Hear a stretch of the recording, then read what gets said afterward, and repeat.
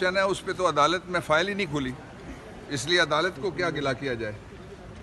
وہ کیس وڈرا کر لیا گیا ریاست کی طرف سے، اور پروسیکیوٹرز کی بھی غلطی نہیں ہے. ریاست کی جو انسٹرکشن ہے اس کے اوپر وہ کیس وڈرا ہوا ہے. مجھے نہیں سمجھ آئی کہ نون لیگ والے کب مٹھائی کھا کے اس کے بعد رونا چھوڑیں گے، اس لیے کہ وہ بری نہیں ہوا، نمبر 1. دوسری بات یہ ہے کہ آپ پڑھ لیں سمیع اللہ بلوچ ورسز شیروانی، بلوچستان کا کیس ہے 2018 کا، سپریم کورٹ صفحہ 405 ہے، جس میں نواز شریف کو 5 سال کے لیے سپریم کورٹ کے 5 ججوں نے نہیں نائل کیا بلکہ تاحیات نائل کیا ہوا ہے.